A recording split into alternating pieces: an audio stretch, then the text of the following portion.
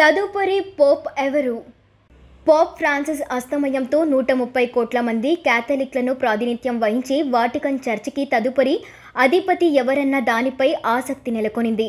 ప్రస్తుతం దాని కార్డినళ్లలో ఒకరు ఆ పదవిని చేపడతారు. ఇందుకోసం శతాబ్దాలుగా అనుసరిస్తున్న రహస్య ఓటింగ్ విధానంలోనే కార్డినళ్లు కొత్త పోప్ను ఎన్నుకోనున్నారు.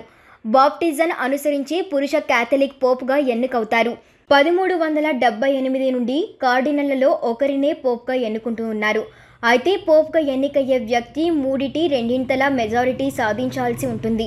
పోప్ మరణిస్తే చేంబర్లోనే వ్యవహరిస్తున్న కార్డినల్ తప్పనిసరిగా ధృవీకరించాలి. పాపల్ అపార్ట్మెంట్కు సీల్ వేయాలి. కొత్త పోప్ వచ్చే వరకు ఆయన వాటికన్ బాధ్యతలను చూస్తారు. ఐర్లాండ్లో జన్మించిన అమెరికన్ కెవిన్ ఫారెల్ కెమెర్లోంగిగా ప్రస్తుతం ఉన్నారు. పోప్ మరణించంగానే కొంతమందికి తప్ప అందరికీ వాటికన్ పదవులు పోతాయి. పోప్ సంతాప దినాల అనంతరం కార్డినళ్ల సమావేశం జరుగుతుంది. కొత్త పోప్ను 80 ఏళ్లలోపు వయసున్న కార్డినళ్లు ఎంచుకుంటారు. నిబంధనల ప్రకారం వారిలోనూ 120 మందికే ఓటు హక్కు ఉంటుంది. కానీ ప్రస్తుతం 80 ఏళ్లలోపు వారు 135 మంది ఉన్నారు.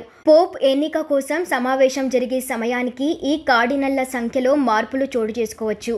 పోప్ ఎన్నికకు పూర్తిగా రహస్య విధానంలో ఓటింగ్ జరుగుతుంది.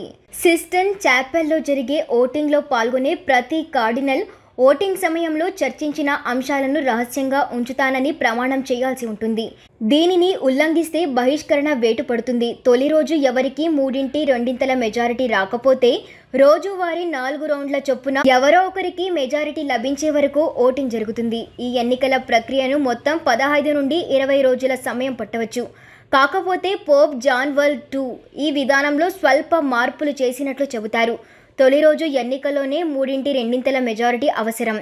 అదే 10 నుండి 12 రోజుల వరకు మెజారిటీ రాకపోతే సాధారణ మెజారిటీని పరిగణలోకి తీసుకోవాలి అని ఆయన సూచించారు. ఎన్నికల్లో ఎవరు విజయం సాధించకపోతే బ్యాలెట్ పత్రాలను నల్లటి పోగును విడుదల చేసి ప్రత్యేక రసాయనాలతో కాల్చేస్తారు. అలా కాకుండా తెల్లటి పొగ వెలువడితే పోప్ ఎన్నికైనట్లే సంకేతం. బయట ఉన్న వారికి ఎన్నిక ఫలితం తెలియజేయడం కోసం ఈ విధానం వినియోగిస్తారు. పోటీలో ఉన్నవారెవరంటే పియట్రో పరోలిన్. పోప్ ఫ్రాన్సిస్ హయాంలో వాటికన్ విదేశాంగ మంత్రిగా ఆయన సేవలందించారు. ఇటలీకి చెందినవారు. పోప్ పదవికి ప్రధాన పోటీదారిగా ఉన్నారు. రాబర్ట్ ప్రివోస్ట్ అమెరికాలోని షికాగోకు చెందినవారు. ఇప్పటికీ ప్రపంచంపై అమెరికా భౌగోళిక రాజకీయ ఆధిపత్యం కొనసాగుతోంది. వాటికన్కు అమెరికా నుండి పోప్ ఉంటే ఇబ్బందికరంగా ఉంటుందని భావిస్తూ ఆ పదవిని అమెరికాకు తిరస్కరిస్తూ వస్తూ ఉన్నారు. కానీ ఈసారి ప్రివోస్టో గట్టి పోటీదారుగా ఉన్నారు.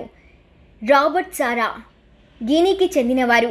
ఆఫ్రికా నుండి ఆయనే పోప్ అయ్యే అవకాశం ఉందని చాలా కాలం నుండి భావిస్తూ ఉన్నారు. పీటర్ ఎర్డోవ్ హంగేరియాలోని బుడాపెస్ట్కు చెందిన ఆయనకు యూరోప్కు చెందిన పలువురు కార్డినళ్ల మద్దతు లభించవచ్చు. రిన్హార్డ్ మార్క్స్ జర్మనీలోని మ్యానిక్కు చెందిన ఆయనకు సలహాదారుడుగా 2013లో పోప్ ఫ్రాన్సిస్ నియమించారు. వాటికన్ బయట ఆర్థిక వ్యవహారాలను ఆయనే చూసేవారు. మార్క్ ఓలెట్ కెనడాకు చెందిన ఆయన గత దశాబ్ద కాలంగా వాటికన్లో అత్యంత ప్రభావం చేసే కార్డినల్గా ఉన్నారు. ప్రపంచవ్యాప్తంగా డయాసెస్లను అధిపతులను నియమించే వ్యవహారాలను కూడా చూశారు. క్రిస్టోఫ్ షోన్బర్న్ ఆస్ట్రేలియాలోని వియట్నాంకు చెందినవారు. మాజీ పోప్ బెండిక్కు శిష్యుడు. పౌర హక్కుల సంఘాలకు మద్దతుదారు. లియో ట్యాగిల్ ఫిలిప్పీన్స్కు చెందినవారు. తొలి ఆసియన్ పోప్గా ఆయనను నియమించాలని పోప్ ఫ్రాన్సిస్ భావించేవారు. మనీలా నుండి ఆయన ట్యాగ్లను వాటికన్కు తీసుకొచ్చారు. మ్యాటిక్ జుప్పి ఇటలీకి చెందినవారు. మొజాంబిక్ అంతర్యుద్ధానికి ముగింపు పలకడానికి కృషి చేశారు.